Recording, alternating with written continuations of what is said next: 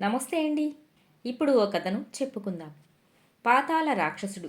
మగధ దేశపు రాజు సత్యసేనుడి పరిపాలనలో కలతలు బయలుదేరి వేరువేరు తరగతుల మధ్య కలహాలుగా పరిణమించి అరాచక పరిస్థితి ఏర్పడింది.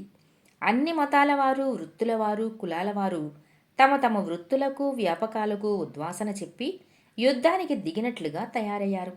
ఈ పరిస్థితిని అదుపులో పెట్టటానికి శక్తిసేనుడు ఏవో శాసనాలు చేశాడు. కానీ ఆ శాసనాల ఆధారంతోనే ప్రజలు మరింతగా అంతఃకలహాలు కొనసాగించారు.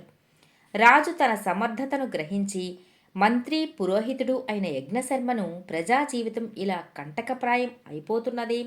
ఈ పరిస్థితులలో సరి అయిన పరిపాలన జరగాలంటే ఏం చేయవలసి ఉంటుంది అని అడిగాడు. దానికి యజ్ఞశర్మ, రాజా, నీ అనుమానాలు తీరగలందులకు ఒక చిన్న ఇతిహాసం చెబుతాను, శ్రద్ధగా విను అంటూ ఇలా చెప్పసాగాడు. పాతాళలోకంలో రాక్షస రాజ్యం సుభిక్షంగా ఉండే రోజుల్లో అఘోరుడు అనే రాక్షసుడు అల్లర్లు లేవనెత్తి అలజడి కలిగించసాగాడు. అది చూసి రాక్షసరాజు అఘోరుణ్ణి పాతాళం నుంచి బహిష్కరించాడు. ఆ విధంగా అఘోరుడు భూలోకానికి రావటం జరిగింది. వస్తూనే వాడు ఒక ఎడారి ప్రాంతంలో అడుగుపెట్టాడు. అక్కడ వాడికి ఏ విధమైన తిండి దొరకక మనుషులుండే ప్రాంతాలకు వచ్చి అందిన మనుషులను విరుచుకు తినసాగాడు. ఇందువల్ల భూలోకంలో పెద్ద సంచలనం కలిగింది. అఘోరుడు ఎప్పుడు ఏ ప్రాంతానికి వస్తాడో తెలియదు. ఏ క్షణాన ఎవరికి చావు మూడుతుందో తెలియదు. భూలోకంలో చాలా దేశాలున్నాయి. ఎవరి భాష వాళ్ళది. ఎవరికి వాళ్ళే అందరికన్నా గొప్పవాళ్ళు. ఏ రెండు దేశాలకు పడదు. ప్రతి దేశము ఇతర దేశాలను జయించి వాటిపై పెత్తనం చెలాయించాలని చూస్తుంది. అందుచేత తరచుగా యుద్ధాలు జరుగుతుంటాయి. అందులో పైచెయ్యిగా ఉండటానికి కొత్త కొత్త మారణాయుధాలు కనిపెట్టబడుతూ ఉంటాయి. అఘోరుడు భూలోకానికి వచ్చిన తొలి రోజుల్లో అనేక మంది వీరులు ముందుకు వచ్చి తమ తమ దేశాలను వాటి బారి నుండి కాపాడటానికి ప్రయత్నించారు. కానీ తాటి చెట్టు ప్రమాణం గల అఘోరుడి శరీరం మామూలు ఆయుధాలను లక్ష్యపెట్టేది కాదు. వాడు భూలోకంలో విచ్చలవిడిగా సంచరిస్తూ అలజడి కొనసాగిస్తూనే వచ్చాడు. వ్యక్తుల శౌర్య పరాక్రమాలు రాక్షసుడి మీద పనిచెయ్యవని, ఈ రాక్షసుడి వల్ల అన్ని దేశాల ప్రజలకు ప్రమాదమేనని స్పష్టమైంది.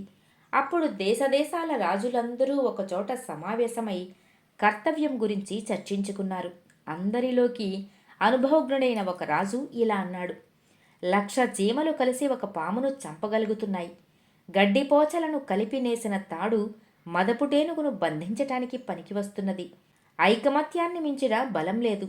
భూమి మీద మనుషులంతా ఒక్కటైతే ఆ రాక్షసుని ఎదుర్కోవటం పెద్ద సమస్య కానే కాదు. ఇంతకంటే మంచి ఆలోచన లేదని అందరూ ఒప్పుకున్నారు.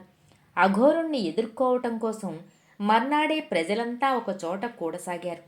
వందలు వేలతో ఆరంభమై జనసమూహం లక్షలకు కోట్లకు చేరుకున్నది. భాషలను గురించి, సంస్కృతులను గురించి మరిచిపోయి అందరూ ఒక్కటైపోయారు. ఈ మహాసైన్యం 2 రోజుల్లో అఘోరుణ్ణి అందుకున్నది. వెంటనే రాక్షసుడికి జనసమూహానికి యుద్ధం ఆరంభమైంది. వాణ్ణి చూసి గాని, వాడి పాదాల కింద నలిగి చస్తామని గాని ఎవ్వరూ భయపడలేదు. క్షణాల మీద పోయి అఘోరుణ్ణి ఆపాదమస్తకము మనుషులు కమ్మేశారు. అంతటి రాక్షసుడు తన జీవితంలో మొదటిసారిగా భయం అంటే ఏమిటో తెలుసుకున్నాడు. ఇంతమంది జనం ధాటికి తన వజ్ర శరీరం కూడా తట్టుకోలేదని వాడికి తెలిసిపోయింది. అందుకని వాడు జనాన్ని ఎదుర్కొనే ఆలోచన కట్టిపెట్టి పరుగులంకించుకున్నాడు.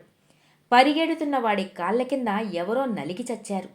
వాడి శరీరం మీదికి పాకిన మనుషులు కిందికి దూకి కాళ్ళు చేతులు విరుచుకున్నారు. అయితేనేం, ప్రజలకు వాడి పీడ వదిలింది. అటు తరువాత అఘోరుడు మనుషులను ఎదుర్కోవటానికి 2-3 ప్రయత్నాలు చేసి ఘోరంగా దెబ్బతిని చావు తప్పి కన్ను లొట్టపోయినట్టు అయ్యాడు. తరువాత వాడు అరణ్యాలను ఆశ్రయించి తన జీవని విధానం మార్చుకుని పొదుపుగా జంతువులను చంపి తినసాగాడు. లేకపోతే వారం రోజుల్లో అడవంతా ఖాళీ అయి తాను తిండికి మాడవలసి వస్తుంది. అయితే వాడికి నరమాంసం మీద భ్రాంతి మాత్రం తగ్గలేదు. వాడి అదృష్టం బాగుండి ఒకసారి అడవిలో వాడికి ఒక ఆడమనిషి కనిపించింది. ఆమెను తిందామనే ఉద్దేశ్యంతో వాడు చెయ్యి చాచి ఆమెను పట్టుకున్నాడు. అంతలోనే ఆ స్త్రీ రాక్షసిగా మారిపోయి వాడికి ఆశ్చర్యాన్ని కలిగించింది. ఆ రాక్షసిని వాడు పాతాళలోకంలోనే ఎరుగును. ఆమె పేరు అఘోరిక. ఆమె ఇలా అన్నది: నువ్వు వెళ్ళిపోయాక పాతాళలోకం చిన్నబోయిందనిపించింది. నిన్ను వెతుక్కుంటూ ఇలా వచ్చేశాను. ఎందుకైనా మంచిదని మనిషి రూపంలో వచ్చాను. అఘోరుడు ఆమెకు తన భూలోకపు అనుభవాలన్నీ చెప్పాడు. అఘోరిక నవ్వి, వెర్రివాడా, మనుషులు బలం గలవాళ్ళు కాకపోయినా తెలివి గలవాళ్ళు. వాళ్లను బలంతో కన్నా తెలివితో ఎదుర్కోవాలి. మనం వాళ్ళ మధ్య వాళ్ళ రూపాలతోనే నివసిస్తూ వాళ్ళను మోసం చెయ్యాలి. అప్పుడు జీవితం పాతాళలోకంలో కన్నా బాగుంటుంది అన్నది. అప్పటి నుండి రాక్షసులిద్దరూ మానవ రూపాలు ధరించి మానవుల మధ్య జీవించసాగారు. మనుషులకు తెలివితేటలుంటే ఉన్నాయేమో గాని వాళ్ళు వట్టి స్వార్థపరులని త్వరలోనే వాళ్లకు తెలిసిపోయింది. వాళ్ళు మనుషుల స్వార్థాన్ని అవకాశంగా తీసుకొని మనుషులను ఒకరి మీద ఒకరిని రెచ్చగొట్టసాగారు. ప్రజలలో మళ్ళీ అన్ని రకాల భేదాలు వచ్చేశాయి. భాషా భేదాలు, జాతి భేదాలు, కులభేదాలు, మతభేదాలు, మనుషుల మధ్య కొట్లాటలు ఎక్కువయ్యాయి. అఘోరుడు, అఘోరిక ఈ గందరగోళంలో మనుషులను అపహరించి తింటూ రాసాగారు. మనుషులు ఒకరినొకరు అనుమానించుకుంటూ తమ మధ్యనే ఉన్న ఆ రాక్షసులను అనుమానించలేకపోయారు. రాక్షసులకు ఈ జీవితం చాలా బాగుంది. వాళ్ళు భూలోకంలోనే శాశ్వతంగా ఉండిపోదలుచుకున్నారు. వారి సంతతి క్రమంగా ప్రపంచం అన్ని మూలలకు విస్తరించింది. వాళ్ళు తమ సంతతికి ఇలా హితబోధ చేశారు. మీరు రాక్షసులని తెలిస్తే మనుషులంతా ఒక్కటైపోతారు. మనిషి రూపంలోని రాక్షసుని వాళ్ళు ఎంతో ఆదరిస్తారు.